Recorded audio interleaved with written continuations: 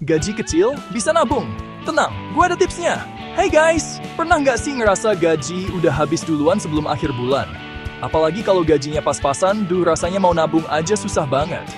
Gue yakin hampir semua dari kita pernah ngalamin hal yang sama. Tapi tenang guys, punya gaji kecil bukan berarti nggak bisa nabung kok. Ada banyak cara yang bisa kita lakuin buat mulai nabung, meskipun penghasilan kita terbatas. Kuncinya adalah disiplin dan konsisten. Yuk, langsung aja kita simak videonya. Langkah pertama yang harus kalian lakuin adalah nentuin prioritas keuangan. Ini penting banget supaya kalian bisa ngatur uang dengan bijak dan nggak boros. Maksudnya gimana? Jadi kalian harus bisa bedain mana kebutuhan yang benar-benar penting dan mana yang cuma keinginan sesaat. Misalnya kalian butuh makan, tapi pengen beli gadget baru. Ingat guys, kita ini lagi belajar nabung, bukan belajar jadi sultan. Jadi jangan sampai gengsi bikin kalian boros. Coba deh, kalian catat semua pengeluaran rutin bulanan kalian.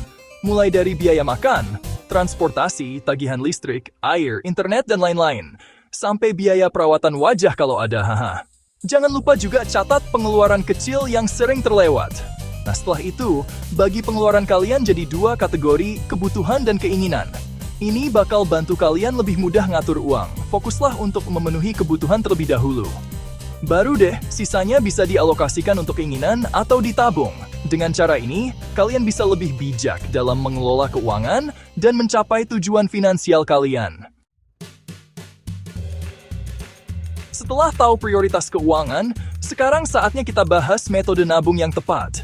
Menabung itu penting banget buat masa depan kita. Jadi kita harus pilih metode yang sesuai dengan gaya hidup dan kebutuhan kita.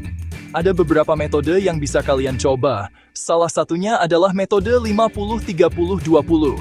Metode ini cukup populer karena mudah diikuti dan fleksibel. 50% dari gaji kalian dialokasikan untuk kebutuhan pokok, seperti makanan, transportasi, dan tagihan bulanan. 30% untuk keinginan, seperti belanja, makan di luar, atau hiburan. Dan 20% sisanya wajib ditabung. Dengan cara ini, kalian bisa memastikan bahwa kebutuhan pokok terpenuhi, tapi tetap bisa menikmati hidup dan menabung untuk masa depan. Buat kalian yang suka lupa nabung, gue saranin pakai metode tabungan otomatis, alias auto-debit. Dengan auto-debit, sebagian dari gaji kalian akan otomatis masuk ke rekening tabungan setiap bulan. Praktis kan? Jadi nggak ada alasan lagi buat lupa nabung. Kalian bisa lebih tenang karena tahu bahwa tabungan kalian terus bertambah tanpa harus diingatkan. Selain 2 metode itu, masih banyak lagi metode nabung yang bisa kalian coba. Misalnya, metode menabung harian, mingguan, atau bulanan, tergantung preferensi kalian. Ingat guys, nggak ada metode yang paling benar. Yang penting kalian nyaman dan konsisten menjalankannya. Coba beberapa metode dan lihat mana yang paling cocok buat kalian. Yang terpenting adalah mulai menabung sekarang juga. Gua kan gajinya kecil, nabung 1.000-2.000 juga percuma. Eits, jangan salah guys! Justru dengan gaji yang terbatas, kita harus lebih semangat lagi buat nabung. Nggak perlu langsung banyak-banyak kok. Mulai aja dulu dari nominal kecil, misalnya 10.000 atau 20.000 per hari. Kebayang nggak? Kalau kalian konsisten nabung 10.000 aja setiap hari, dalam sebulan udah terkumpul 300.000. Lumayan banget kan? Intinya, jangan pernah meremehkan nominal kecil guys. Yang penting kalian konsisten dan disiplin. Nah, sekarang kita masuk ke tips yang agak sensitif nih, yaitu memangkas pengeluaran. Memang, ini bukan hal yang mudah, tapi sangat penting untuk kesehatan finansial kita. Hayo, siapa di sini yang suka lapar mata kalau lihat diskonan? Diskon memang menggoda, tapi kita harus bisa menahan diri. Atau hobi banget jajan di luar. Tenang, gue juga kok. Tapi kita harus mulai mengurangi kebiasaan ini. Tapi guys, kalau mau nabung, kita harus bisa lebih bijak dalam mengelola pengeluaran. Mulailah dengan mencatat semua pengeluaran kita setiap hari. Coba deh, mulai sekarang kurangi kebiasaan jajan di luar. Pilih makanan yang lebih sehat dan masak sendiri di rumah. Masak sendiri di rumah jauh lebih hemat dan sehat loh. Selain itu, kita juga bisa mengontrol bahan-bahan yang digunakan. Selain itu, manfaatkan transportasi umum atau jalan kaki kalau jaraknya dekat. Ini bisa menghemat banyak uang dalam jangka panjang. Lumayan kan, bisa sekalian olahraga dan hemat ongkos. Kesehatan tubuh juga terjaga. Manfaatkan promo dan diskon saat berbelanja. Tapi ingat, beli hanya yang memang kita butuhkan, bukan karena tergiur harga murah.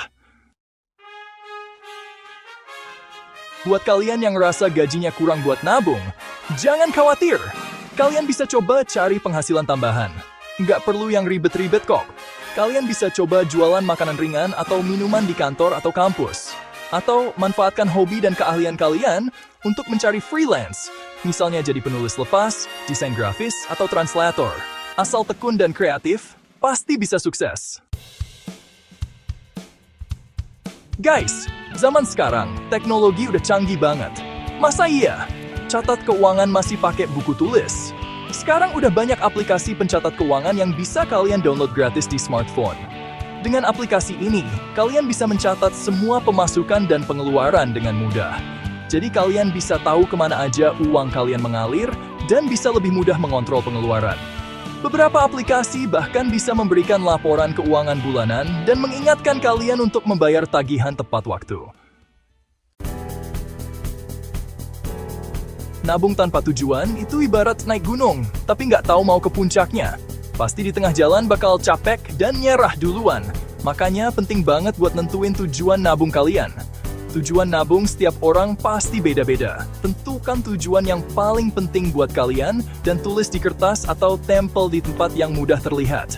Dengan begitu, kalian bakal lebih termotivasi dan semangat buat nabung karena tahu tujuan akhir dari usaha kalian. Guys, utang itu ibarat jebakan Batman. Sekali kena, susah buat lepas. Apalagi utang konsumtif kayak cicilan barang elektronik atau kartu kredit.